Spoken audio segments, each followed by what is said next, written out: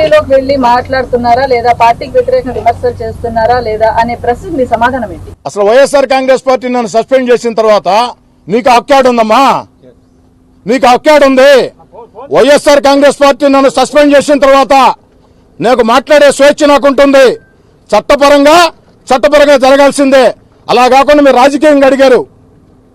NTV పరంగా రాజకీయంగా అదేనమ్మా, అది వారు అడిగింది ఎన్టీవీ పరంగా మీరు అడిగారు. ఎందుకంటే ఆ మాట నేను చెప్పకుంటే మిగతా మీడియాలో ఏ విలేకరు అర్థం కాదు కదమ్మా. మీరు ఎన్టీవీ కదా తల్లి, నేను కాదనలే కదా, నేను తప్పనలే కదా. వారు చెప్పిన వ్యాఖ్యల్ని ఎన్టీవీ పరంగా మీరు అడిగారు. నేనేం చెప్తానంటే, మమ్మల్ని సస్పెండ్ చేసి ఎంతకాలం అయింది? ఏడాది దాటింది. మమ్మల్ని సస్పెండ్ చేసిన తర్వాత వైఎస్ఆర్ కాంగ్రెస్ పార్టీలో నుంచి మేము ఏం మాట్లాడాలా, ఎలా మాట్లాడాలా, కూర్చోవాలనా, లేయాలనా, మీరెవరండి మా చెప్పేదానికి? మాకుండే అవకాశాలు ఏమిటి? రెండు, ఒకటి కోర్టులు, రెండు ప్రజా కోర్టు. అక్కడ తెలుసుకుంటాం. సాక్షి సతీష్ గారు ఖచ్చితంగా దాంట్లో ఏం తేడా లేదండి.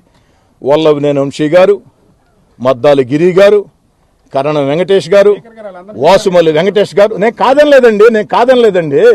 మీరు అన్నారు కదా, కరణం బలరాం గారు, నలుగురు శాసనసభ్యులు. ఎట్లండి, మనం చేస్తే మాత్రం అది పవిత్రం. అవతల ఒక్క నిమిషం తల్లి, అవతల వాళ్ళు చేస్తే అపవిత్రం. ఒకటి మళ్ళీ చెప్తున్నా, మేము గౌరవిస్తున్నాం. మీరు పాయింట్, సాక్షి సతీష్ గారు పాయింట్ మిస్ అవుతున్నారు. మీరు వైఎస్ఆర్ కాంగ్రెస్ పార్టీ మమ్మల్ని సస్పెండ్ చేసిన తర్వాత, అమ్మా రెహానమ్మా, ఎన్టీవీ రెహానమ్మా, వైఎస్ఆర్ కాంగ్రెస్ పార్టీ మమ్మల్ని సస్పెండ్ చేసిన తర్వాత,